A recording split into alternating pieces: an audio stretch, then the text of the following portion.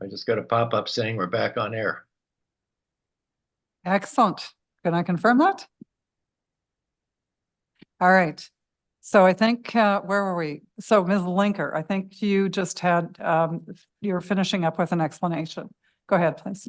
Sorry, just providing that reassurance that the engineers did take a preliminary look at every minor variance application, and will provide a comment in our comments to the Committee of Adjustment, letting the applicant know if they expect that at building permit, they'll have to complete a site servicing capacity study or not. And I didn't see one commented on this file, so it looks like from the preliminary review that this site shouldn't expect any issues from that way. Sounds like it's good news for Mr. Yalkotsi and his client. So, okay. Thank you for that. Much appreciated. Okay.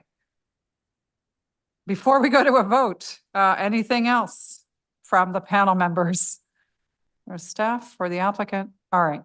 So members of the committee then, all those in favor? Yep. All right. So for the record, the application is unanimously granted. Thank you, Mr. Yalkotsi. I think you've heard that there's some real concerns from the neighbors next door. I know you're good at reaching out with to people and to speaking with them and talking about that site functionality. So I'm going to encourage you to do that. And Mr. Charbonneau, for you, I know this may seem I know it may seem strange in terms of the way that we took this decision and what we were considering. They used to, you know, what's really, I don't know if the city still has this. I don't think they do. The planning primers they used to provide to help people understand some of these things a little bit more.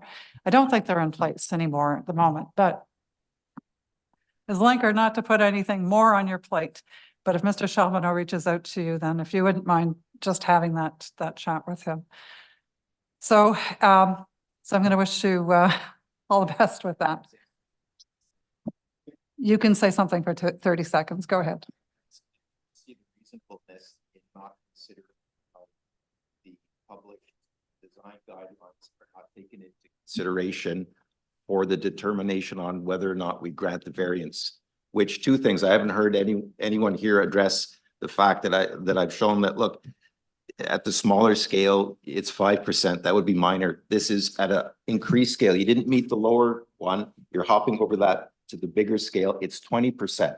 So based on that, combined with the other stuff that you say you're not even willing to hear, to me, this strikes as completely unfair. If this thing goes in as a finished product and it's going to look absurd, if we had a 3D, we would see the absurdity of a 10-foot difference with a house that is that close. Where is this being heard?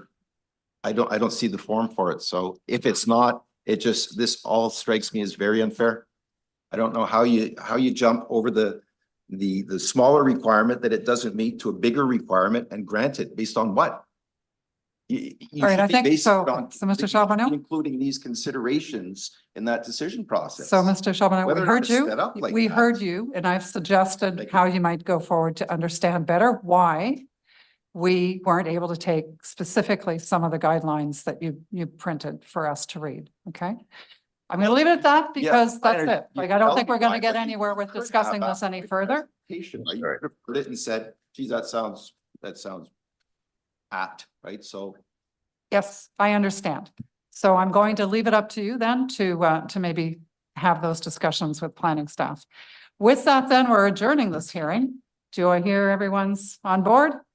All right. So with that, the hearing is adjourned. Thank you very much. Sorry, Madam Chair, I didn't get to thank the panel and chair. Thank you. All right. Thank you, Mr. Yalkotsi.